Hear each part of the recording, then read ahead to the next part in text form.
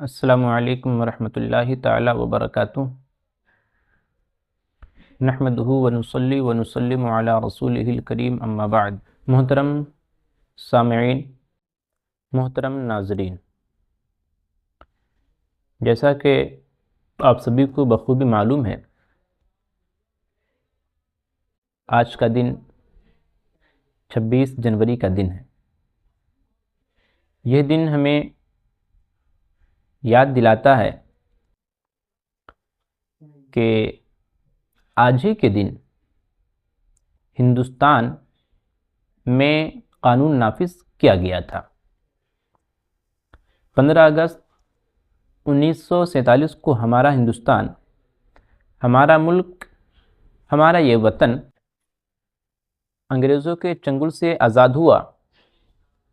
اس کے بعد 1947 ہی میں آزادی کے کچھ دنوں کے بعد ڈاکٹر بھیم راؤ امبیڈکر کی سربراہی میں قانون بنانے کے لیے کچھ افراد متعین کیے گئے۔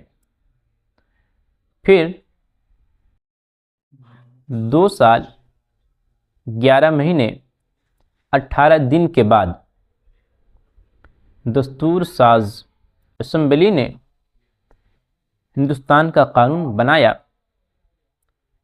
پھر 1949 میں وہ قانون ڈاکٹر راجندر پرساد کو دیا گیا۔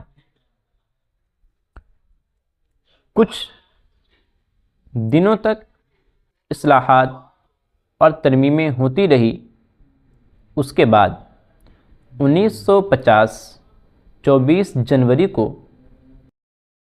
308 ممبروں نے اس پر دستخط کیا۔ پھر 1950 26 جنوری کو یہ قانون نافذ کیا گیا۔ یہ قانون ہندوستان میں جو نافذ کیا گیا، اس کا مطلب اور مقصد یہ تھا کہ ہر شخص کو اس کا پورا حق دیا جائے۔ 26 جنوری کو جب یہ قانون نافذ کیا گیا، وہ ٹائم تھا 10:18۔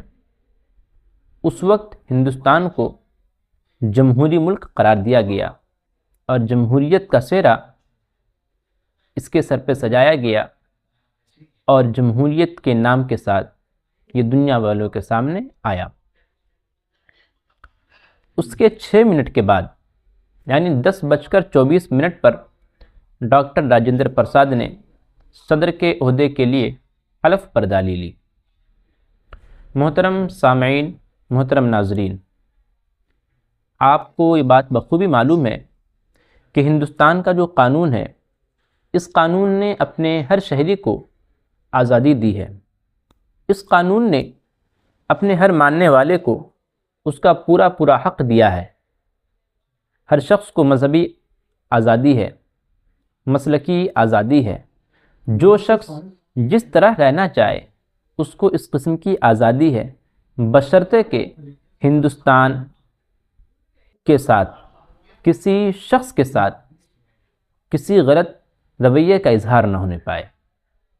لیکن میں ساتھ ہی ساتھ یہ بھی بتا دوں، یہ جو قانون بنا، اس قانون میں جہاں ڈاکٹر بھیم راؤ امبیڈکر کی بہت بڑی قربانی ہے، اور ان کے علاوہ اور بھی بہت سارے افراد ہیں جن کی قربانیوں کو بھلایا نہیں جا سکتا، لیکن ایک اہم بات میں آپ کے سامنے یہ بھی بتا دوں، اس دستور ساز اسمبلی میں جن افراد کا انتخاب ہوا تھا، اس میں تقریباً 35 افراد وہ تھے جو مسلمان تھے، لیکن شاید ہمیں اس بات کا صحیح علم نہیں ہے۔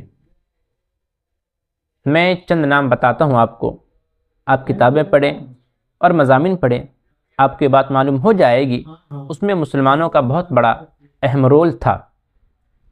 سر فہرست نام آتا ہے مولانا ابوالکلام آزاد، ہندوستان کے پہلے وزیر تعلیم بھی رہ چکے ہیں۔ ایک نام ہے مولانا محمد سعید مسعودی کا، نذیر الدین احمد، رفیع احمد قدوائی، سید عبدالرؤوف، چودھری عابد حسین، شیخ محمد عبداللہ، سید امجد علی اور آصف علی جیسے بہت سارے لوگ تھے جنہوں نے اس قانون کو بنانے میں مدد کیا۔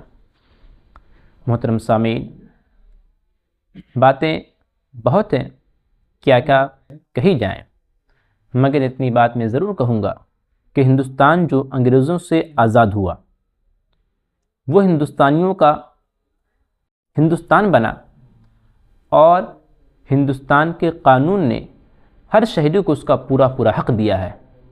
مگر آج ہماری کم نصیبی ہے، آج ہی سے نہیں بلکہ آزادی کے کچھ دنوں کے بعد ہی سے اقلیتوں کے ساتھ ظلم و ستم کا ماحول شروع ہو گیا تھا۔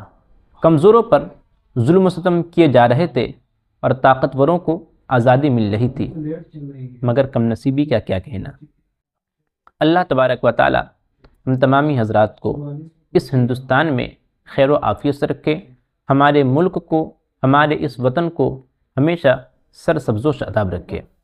محترم سامعین، میں آپ کے سامنے ایک بات اور بتا دوں کہ ہندوستان تو آزاد ہو گیا، یہ ہمارا ملک ہے، اسے ہر شخص جانتا ہے، مگر اس کے باوجود آج ہم سے بہت سارے لوگ وہ ہیں جو کھلم کھلا کہتے ہیں یہ ملک تمہارا نہیں ہے، ملک میں تمہارا کوئی کردار نہیں ہے، ملک میں تمہارا کوئی حصہ نہیں ہے، تم یہاں سے چلے جاؤ، تم یہ ہو، تم وہ ہو، تم فلاں ہو، ڈھکاں، بہت ساری باتیں کہتے ہیں۔ محترم، میں آپ کے سامنے ہندوستان کے حوالے سے چند باتیں پہنچانا چاہتا ہوں۔ ہندوستان یہ کسی کے باپ کی جاگیر نہیں ہے، ہندوستان کسی ایک ذات، کسی ایک شخص کی جاگیر نہیں، بلکہ اس کی آزادی میں ہر مذہب کے ماننے والوں کی قربانی ہے۔ میں آپ کے سامنے ہندوستان کی فضیلت کے بارے میں کچھ باتیں بتانا چاہتا ہوں، اور ہندوستان سے ہمارا کتنا پرانا رشتہ ہے، میں آپ کے سامنے وہ باتیں بیان کرنا چاہتا ہوں۔ آپ کو بتا دوں کہ ہندوستان ہی وہ سرزمین ہے جس پر ہمارے اور آپ کے باپ حضرت آدم علیہ السلام تشریف لائے تھے۔ اس اعتبار سے کہا جا سکتا ہے کہ ہندوستان دنیا کی واحد سرزمین ہے جہاں پر سب سے پہلا انسان آیا تھا، اور وہ انسان کوئی اور نہیں بلکہ وہ انسان ہمارا باپ تھا، اور اسی سے انسان کی نسل بڑھی ہے، اور حضرت آدم علیہ السلام ہی سے انسانیت آگے بڑھی ہے۔ اس لحاظ سے ہم کہہ سکتے ہیں ہندوستان ہمارے باپ کا ملک ہے، ہندوستان ہمارا ملک ہے۔ آپ نے پڑھا ہوگا قرآن پاک کی آیت کریمہ ہے فَتَلَقَّى آدَمُ مِن رَّبِّهِ كَلِمَاتٍ فَتَابَ عَلَيْهِ۔ حضرت آدم علیہ السلام نے اپنے رب سے کچھ کلمات سیکھ لیے تھے، پھر انہوں نے اللہ کی بارگاہ میں توبہ کی تو اللہ رب العزت نے ان کی توبہ قبول کر لی۔ در منصور میں لکھا ہے، علامہ سیوطی فرماتے ہیں ان اللہ احبط آدم بالہند، اللہ رب العزت نے حضرت آدم علیہ السلام کو ہندوستان کی سرزمین پر اتارا تھا۔ ہندوستان اپنی بہت ساری خصوصیات اور فضائل کی بنا پر دنیا کے بہت سارے مقامات پر فضیلت اور اہمیت رکھتا ہے۔ حضرت آدم علیہ السلام کی ملاقات حضرت حوا رضی اللہ تعالیٰ عنہ سے عرفات میں ہوئی تھی، مگر اس کے باوجود حضرت آدم علیہ السلام اپنی اہلیہ حضرت حوا رضی اللہ تعالیٰ عنہ کو لے کر کے ہندوستان آئے تھے، اور انہوں نے ہندوستان ہی کو اپنا وطن بنایا تھا۔ ہندوستان ہی وہ سرزمین ہے جہاں پر نبوت کا سورج سب سے پہلے طلوع ہوا، ہندوستان ہی وہ پہلی سرزمین ہے جہاں پر نور محمدی سب سے پہلے تشریف لایا تھا، ہندوستان ہی وہ پہلی سرزمین ہے جہاں پر سید الملائکہ حضرت جبریل علیہ السلام نازل ہوئے تھے، ہندوستان ہی وہ پہلی سرزمین ہے جہاں پر ہمارے اور آپ کے آقا جناب احمد مجتبیٰ محمد الرسول اللہ صلی اللہ علیہ وسلم کی آمد کی بشارت ملی ہے، ہندوستان ہی وہ سرزمین ہے جہاں پر حجر اسود نازل ہوا تھا، ہندوستان ہی وہ پہلی سرزمین ہے جہاں پر سونے اور چاندی اور دیگر جواہرات نازل ہوئے تھے، ہندوستان ہی وہ سرزمین ہے جہاں پر سب سے پہلے خوشبو آئی تھی، ہندوستان ہی وہ پہلی سرزمین ہے جہاں پر میوے اور پھل اور دیگر سبزیاں بھی آئی تھی۔ غرض کے ہندوستان وہ خوبیاں، ہندوستان کے اندر ایسی خوبیاں ہیں جنہیں بیان نہیں کر سکتے۔ یہ وہ سرزمین ہے جہاں پر سب سے پہلے اذان دی گئی، یہ وہ پہلی سرزمین ہے جہاں پر اللہ کی بارگاہ میں سجدہ کیا گیا، یہی وہ سرزمین ہے جہاں پر سجدہ شکر ادا کیا گیا ہے، حضرت آدم علیہ السلام کا انتقال ایک قول کے مطابق ہندوستان کی سرزمین پر ہوا ہے۔ یہی وہ سرزمین ہے جہاں سے پیدل چل کر کے حضرت آدم علیہ السلام نے 300 مرتبہ پیدل حج کیا، 700 بار پیدل عمرہ کیا ہے، اور جو سواری پر کیا وہ اس کے علاوہ ہے۔ یہی وہ سرزمین ہے جہاں پر سب سے پہلے ہمارے اور آپ کے آقا جناب احمد مجتبیٰ محمد الرسول اللہ صلی اللہ علیہ وسلم کو وسیلہ بنایا گیا ہے۔